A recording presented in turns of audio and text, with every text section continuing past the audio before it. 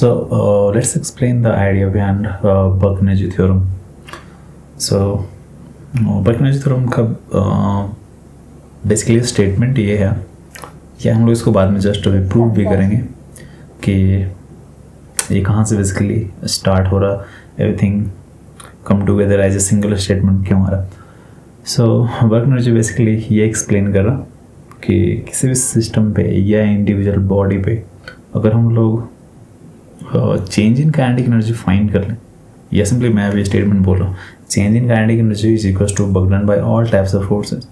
Buck-Energy theorem का simple statement ये है कि अगर उस सिस्टम या पार्टिकल का मुझे चेंज इन काइनेटिक एनर्जी मालूम है, दैट मीन्स कि टोटल वर्क डन भी मालूम है कि उस पर कितना सारा फोर्स कितना वर्क डन परफॉर्म किया.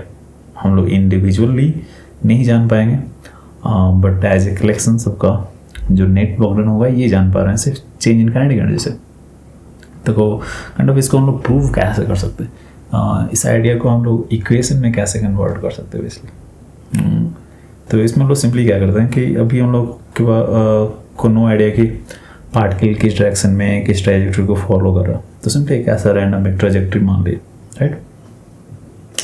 और ये तो श्योर है कि पार्टिकल जैसा भी मूव कर रहा होगा टेंजेंशियली मूव कर रहा होगा ट्रैजेक्टरी का. पार्टिकल का खुद का जो ट्रैजेक्टरी होगा सम कर्वेचर होगा, एंड उस कर्वेचर के टेंजेंट के long particle always motion perform कर रहा होगा, राइट. तो हम लोग क्या कर ले, जो भी ट्रैजेक्टरी है पार्टिकल का वहाँ पे वेलोसिटी तो पता है लॉन्ग द टेंजेंट होगा, एंड टोटल फोर्स के बारे में नो आइडिया कि इस बॉडी पे टोटल फोर्स किस डायरेक्शन में लग रहा. तो हम लोग टोटल फोर्स को रैंडम डायरेक्शन में मान लेते हैं ऐसा. तो फोर्स है जो टेंजेंट के रिस्पेक्ट में जो वेलोसिटी था, ऑफ कोर्स वेलोसिटी के रिस्पेक्ट में सम एंगल पे एक्ट करोगे टोटल फोर्स. ऑफ कोर्स अब यहाँ पे क्वेश्चन आएगा कि क्यों हम लोग एक यूट एंगल मान रहे, क्यों इस डायरेक्शन में, क्यों नहीं इस डायरेक्शन में.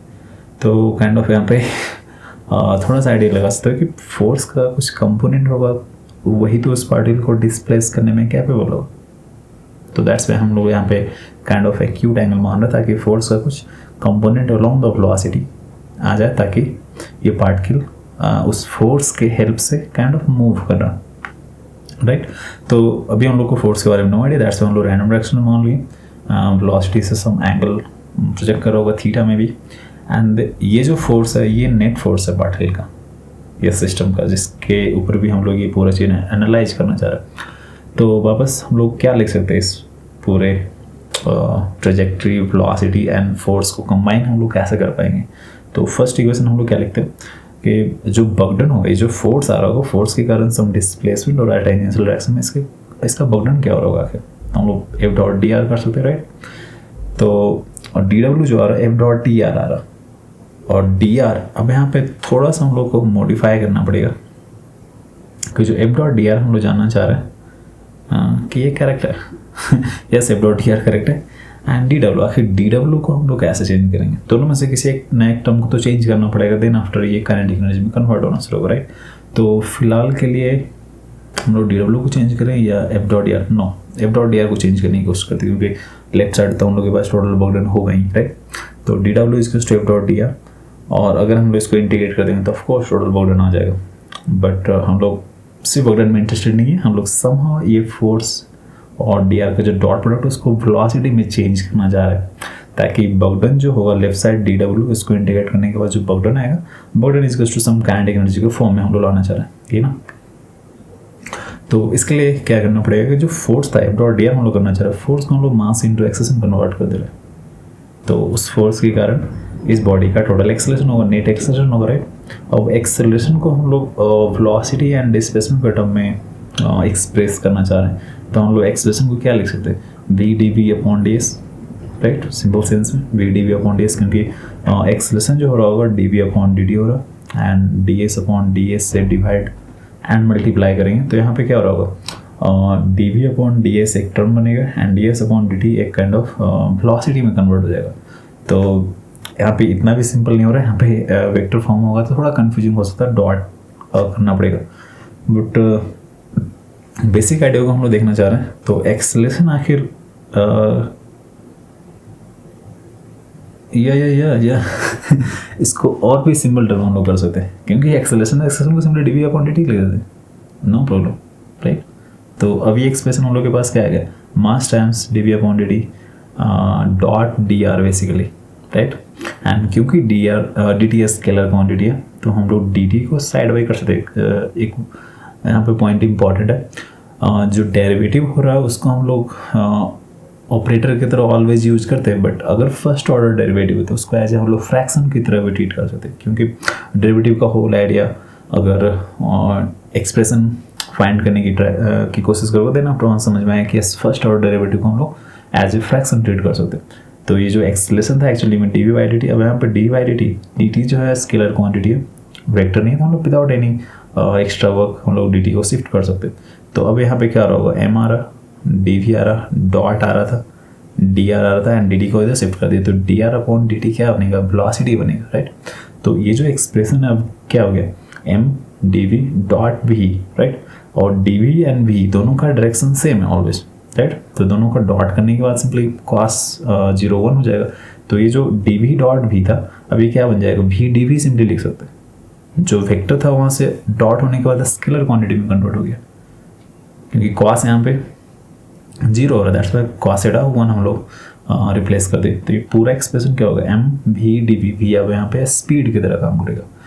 तो लेफ्ट साइड टर्म क्या था, D W is equal to right side क्या आ गया, एम वी डी वी। अब इंटीग्रेशन परफॉर्म करेंगे पार्टिकुलर लिमिट के साथ, तो क्या होगा, बॉक्ड्रन 0 हो रहा होगा, वेलोसिटी कुछ वहाँ पे इनिशियल होगा, इनिशियल स्पीड होगा, तो बॉक्ड्रन 0 दैट मीन्स की पार्टिकल जस्ट इनिशिएट कर रहा, तो वहाँ पे कोई भी बॉक्ड्रन परफॉर्म ही नहीं हुआ, दैट्स वाई बॉक्ड्रन 0 करना। Then after final velocity reach कर जाएगा पार्टिकल, फोर्स टोटल बॉक्ड्रन परफॉर्म कर चुका है, तो 0 to W हम लोग कर रहे हैं और इधर V initial to V final कर रहे हैं। तो लेफ्ट साइड क्या आ रहा है, W टोटल इंटीग्रेशन आ रहा है बॉक्ड्रन, एंड राइट साइड क्या रहा होगा, M, क्योंकि कांस्टेंट हम लोग सिस्टम या बॉडी का मास कांस्टेंट मान रहे हैं, तो M बाहर हो जाएगा, V स्क्वायर का integration V square by 2 limit put करोगे तो क्या आ रहा है, M V फाइनल का square by 2 minus M V initial का स्क्वायर बाई 2।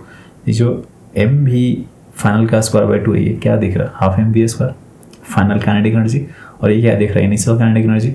तो final kinetic energy minus initial kinetic energy, पूरी को हम लोग चेंज इन काइनेटिक एनर्जी बोल सकते हैं। एंड जो लेफ्ट साइड आ रहा था बॉक्ड्रन आ रहा था, और ये बॉक्ड्रन किसका था, टोटल फोर्स का।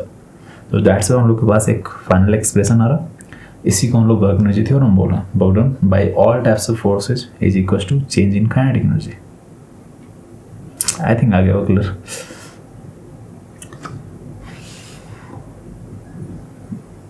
तो yeah this is how we can prove work energy theorem. यहाँ पे कन्फ्यूजन स्टूडेंट को मोस्टली ये होता है कि खुद से इमेजिन नहीं कर पाते किसी एक्सप्रेशन को प्रूव करने का एक परफेक्ट सिनेरियो। जैसे अभी मैंने क्या किया, सिंपली एक नहीं पता था पार्टिकल किधर मूव करो, सिंपली एक ट्रेजेक्ट्री मान ली, उस ट्रेजेक्ट्री पे जो भी मूव करो वो टेंजेंशियली पॉसिबल है। एंड देन आफ्टर हम लोग फोर्स कंसिडर कर लिए, सम एंगल पे फोर्स को भी हम लोग लॉजिकल सेंस में यहाँ पे कंसिडर की, फोर्स एग्जैक्टली इस डिग्री पर नहीं हो सकता, तो काइंड ऑफ ऐसा होगा, that's a particle kind of इस डायरेक्शन में जा रहा। देन आफ्टर हम लोग वहाँ से बेसिक जो बॉक्ड्रन का फॉर्मूला वहाँ से स्टार्ट किया, देन हम लोग काइनेमेटिक्स का आइडिया अप्लाई की, एक्सप्रेशन को हम लोग D we upon D T कर सकते हैं, and then first order derivative का थोड़ा सा basic idea, and then everything interchange करने के बाद हम लोग के पास एक नेट एक्सप्रेशन आ रहा work done in terms of kinetic energy. So yeah you can apply this expression in any situation, like क्योंकि इसके पास कोई कंडीशन है, वर्क एनर्जी थ्योरम के पास एक स्पेशल चीज़ इसके बारे में ये हो रहा कि ये बिना किसी कंडीशन का आया हुआ एक्सप्रेशन। हम लोग सिंपली ये देखेंगे उस पार्टिकल पे टोटल फोर्स कितना, दैट मीन्स कि जो टोटल बॉक्ड्रन आएगा ये ऑल टाइप्स ऑफ फोर्स का बॉक्ड्रन है, इन फ्रिक्शन का हो रहा होगा, नॉर्मल का हो रहा है, ग्रेविटी का हो रहा है, स्ट्रिंग जितना भी सिस्टम पे फोर्स लग रहा है सबके कारण बॉक्ड्रन हो रहा है। एंड देन हम लोग के पास सिर्फ पूरा work done in terms of kinetic energy आ रहा है, वो भी इनिशियल एंड फाइनल, बीच का स्टेट भी पता नहीं होना चाहिए। तो अगर सिर्फ हम लोग को इनिशियल एंड फाइनल स्पीड पता होगा, देन हम लोग पार्टिकल पे कितना बॉक्ड्रन परफॉर्म किया, अदर फोर्सेज हम लोग ये फाइंड कर सकते हैं। So yeah, you can use this idea anywhere if you want. Okay then, thank you. See you on the next one probably.